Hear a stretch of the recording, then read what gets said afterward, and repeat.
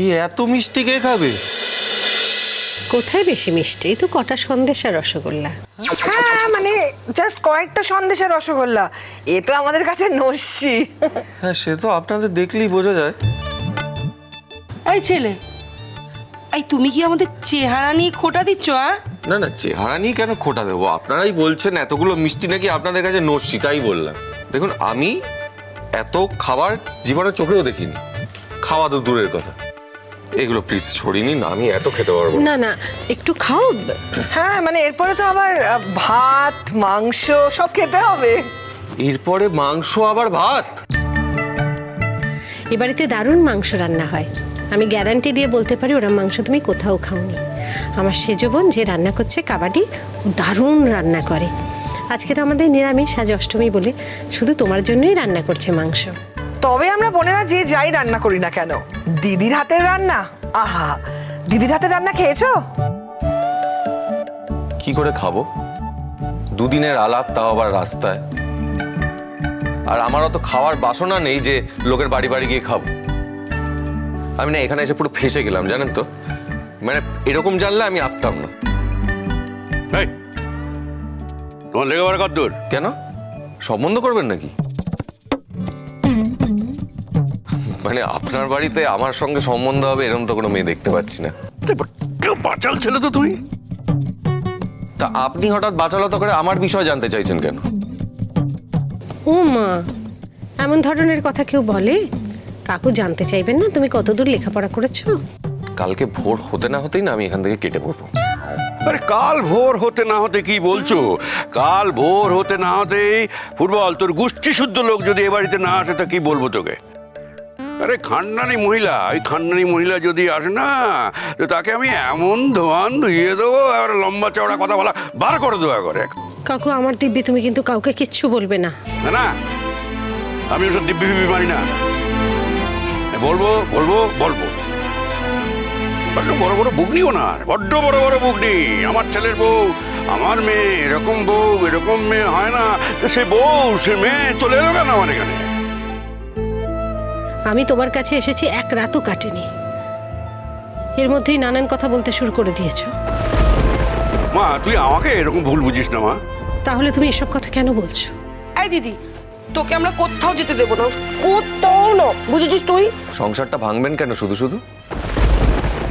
কিছু গড়তে পারেন না, ভেঙে দেবেন? এই তুমি এসবের মধ্যে কথা বলছো কেন? হ্যাঁ, সংসার মানে সংসার ধর্ম তুমি কি বুঝো? হ্যাঁ, কিছুই বোঝো না, এই সমস্ত কথাবার্তা বলছো। সংসার হচ্ছে ও, ওই মেয়েটা সংসার করেছিল, একটা সোনার মতো সংসার তৈরি করেছিল। আর সেই সংসার থেকে ওকে চোখের জলে চলে আসতে হয়েছে, চোখের জল ফেলে ওকে চলে আসতে হয়েছে ওই সংসার থেকে। তুমি জানো এসব? তুমি বোঝো? আর যেখান থেকে ও চোখের জল ফেলে চলে এসছে তাদের যদি আমি চোখের জলে না করি তো আমার নাম কর্নেল নয়। আর আমার মেয়ে যদি এখান থেকে না যেতে চায় তাহলে ওকে আমি কোনোদিন বলবো না তুমি চলে যাও। আর যদি এখানে থাকতে চায় তো চিরদিন থাকবে আমার কাছে। এরপরে ওই গোষ্ঠী শুদ্ধ লোককে যদি আসে না, তাকে আমি দরজা ভেদ করে ঢুকতে দেবো না, ওই বাগানে বসিয়ে রাখবো। ওখানেই খাবে দাবে, ওখানেই সব কিছু করবে, আর বাদ বাকি যা যা করার আছে সব ওখানেই করবে। কি বললো দাদা ভাই? কথা বলবে না তাই তো? কাকা ধরলে তো কিছুতেই বৌমাকে দেবে না। যদি সরাসরি বৌমার সঙ্গে কথা বলতে পারতি ভালো হতো না? উনি খুব স্পষ্ট করে বুঝিয়ে দিয়েছেন যে ওনার মেয়ের সঙ্গে আর যোগাযোগ করতে পারবে না কেউ, দরকার নেই। বাবা, আমি একবার কল করব? কোনো লাভ নেই, কাকাই ধরবেন। এবং বললাম না যে খুব স্পষ্ট করে বুঝিয়ে দিয়েছেন যে এখন আসলে কোজাগরিন এখন আমাদের কারোর সাথেই কথা বলতে চায় না। ও যতই অপমানিত হই কাল আমি যাব। শুধু তুমি কেন দাদা ভাই, আমরা সবাই যাব। বাবা আমিও যাব, কিন্তু কাকিমাকে ফিরিয়ে আনতে আমরা সবাই যাব কাকু। ঠাম্মি, হ্যাঁ মা, তুমিও যাবে তো? কি জানি বাবা, ওর কাকার কথা ভাবলে আমার তো যেতে ইচ্ছেই করে না, একদম ভালো লাগে না। কিন্তু যেহেতু বৌমা, আমি যাব, আমি যাব। আমি গিয়ে ওকে বলবো যে তুমি বাড়ি চলো, তুমি চলো, তোমার সংসার আমি সামলাতে পারবো না। আর তা না হলে তুমি আমাকে ছুটি দাও বাবা। এবার তুমি ঠিক করো, তুমি বাড়ি যাবে না যাবে না, আর আমাকে ছুটি দেবে, এটা তুমি ঠিক করো। আমি বলবো ওকে। এতগুলো বছর বাদে কোজাগরি আমাকে ভুল ছিনল, এর থেকে বড় আঘাত আর কি হতে পারে? কাকিমারও তো এই একই কথা মনে হতে পারে কাকু, যে এতগুলো বছরে তুমি কাকিমাকে এতটা ভুল চিনলে। এর থেকে বড় আঘাত কাকিমার আর কি হতে পারে বলো? তুই কাকিমাকে ভালোবাসিস, সেই জন্য তো তুই কাকিমার হয়ে বলবি। কাল আমি যাব। বাবা, কাল আমরা সবাই যাব, দেখি মা না এসে কোথায় যায়। হ্যাঁ, তো চলে যেতে দিলি কেন? কেন আমি বুঝতে পারছি না, এরকম সিচুয়েশন তৈরি করলি কেন যাতে মানুষটা চলে যায়? আমি জানতাম, জানি সেরকম একটা কিছু ঘটনা ঘটবে। আচ্ছা ঠিক আছে, তুমি তুমি তুই ধরছো কেন এখন? শান্ত হও, কালকে আমরা সবাই যাবো, আমরা বৌদিকে ফিরিয়ে নিয়ে আসবো, বাস। এটা নিয়ে আর একটা কথাও হবে না।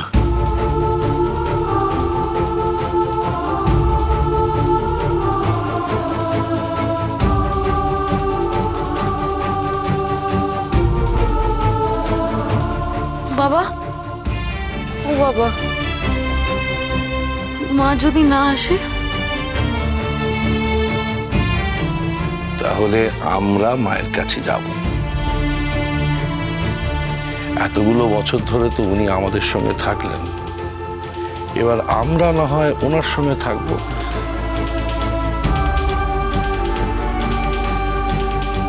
কোজাগরি বোধহয় এটাই চায়।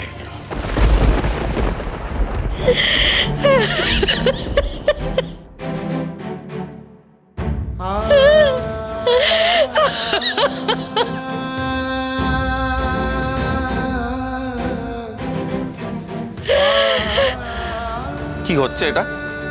আপনি এরকম কান্নাকাটি কেন করছেন? আপনি যদি সামলাতেই না পারবেন কেন চলে এলেন? হ্যাঁ, আমার কথাটা শুনুন, দেখবেন সকাল হলেই না সবাই চলে আসবে কালকে। আপনি গুটি গুটি পায়ে ওদের সঙ্গে চলে যান। না, আরে আচ্ছা, জ্বালায় পড়লাম তো। আমি তো বলছি যেটা মন চাইছে সেটাই করুন ম্যাডাম। আবার তুমি আমাকে ম্যাডাম বলছো? এরকম ভাবে যদি নেকা কান্না কাটতে থাকেন তাহলে আমি ম্যাডামই বলবো, আর অন্য কিচ্ছু বলবো না। আমি নেকা কান্না খাচ্ছি? কর্নেলের ভাই জেগে এই সমস্ত কথাবার্তা বলে তুমি অপমান করছো তাকে। আমার মেয়ে নাকে কান্নার মেয়ে নয়, বুঝতে পেরেছো? সে কোনোদিন নাকে কান্না কাঁদে না। সে আমার ভাইজি, আমার মেয়ে। হ্যাঁ, চোখ দিয়ে ঝরঝর করে জল পড়ে যাচ্ছে, আর আপনি বলছেন নেকা কান্না কান্নার মেয়ে নয়। আপনি চোখের জলটা মুছুন, কিন্তু আমি কিন্তু লাস্ট বার বলছি। এই ছেলে, তুমি কি অর্ডার করছো নাকি আমার দিদিভাইকে? হ্যাঁ, অর্ডার করছি। আমার এরকম কান্নাকাটি একদম পছন্দ নয়। কি হলো? কান্নাটা থামান। ও আসমান, থাকো না আমাদের বাড়িতে দুটো দিন। থাকতে পারবে না? দেখুন, আমি বেকার বাউন্ডুলে বলে আমার যে একেবারেই কোনো কাজ নেই তা নয়, কিন্তু অ্যাকচুয়ালি কিন্তু বেকারদেরই বেশি কাজ থাকে। আর আমার একটা ভীষণই গুরুত্বপূর্ণ কাজ পড়ে আছে, সেটা ফেলে রাখা যাবে না, এবং তার জন্য অনেক প্রস্তুতি নিতে হবে। যাকে ছাড়ুন, এসব কথা আপনাকে বলে এখন লাভ নেই। আমাকে আর দয়া করে আটকাবেন না। আসলে ছেলে মেয়ে সংসার সবকিছু ছেড়ে এসেছি তো, মনটা এমনিই খুব খারাপ হয়ে আছে। আর তোমার উপর এত মায়া পড়ে গেছে, তোমাকে আমার ছাড়তে ইচ্ছে করে না। এসব ভালো ভালো মিষ্টি মিষ্টি কথা আমার জন্য নয়। আমার কিছু যাই আসে না এই কথাগুলোতে। এবার আমি এখান থেকে যাচ্ছি। হ্যাঁ, এই এত ঝটপট ঝটপট করছো কেন? তুমি কোথায় যাবে? কি কাজ আছে এমন শুনি? আমার ভালো লাগছে না এখানে থাকতে। বুঝতে পেরেছেন? শুনতে পেয়েছেন আমার কথাটা? আমার এখানে থাকতে ভালো লাগছে না। আমাদের বাড়ি এত খারাপ লেগেছে বাবা, কেউ তো কখনো বলেনি। দেখুন, সবাই তো আর একরকম হয় না। আপনি তো খেতে পেলেই মাথায় চড়ে বসেন। প্রথমে বললেন বাস স্ট্যান্ড অবধি পৌঁছে দিতে, আমি আপনার অবস্থা দেখে এলাম রানাঘাট অবধি আপনাকে পৌঁছতে। তারপর এখানে এসে বলছেন খেয়ে দিয়ে যেতে হবে, তারপর বলছেন থেকে যেতে হবে, তারপর বন্দুক দেখিয়ে বলছেন যে রাতে থাকতে হবে, তারপর বলছেন দুদিন থাকতে হবে। আচ্ছা বাবা, হাত জোর করছি, তোমাকে থাকতে হবে। ভালো ভাষা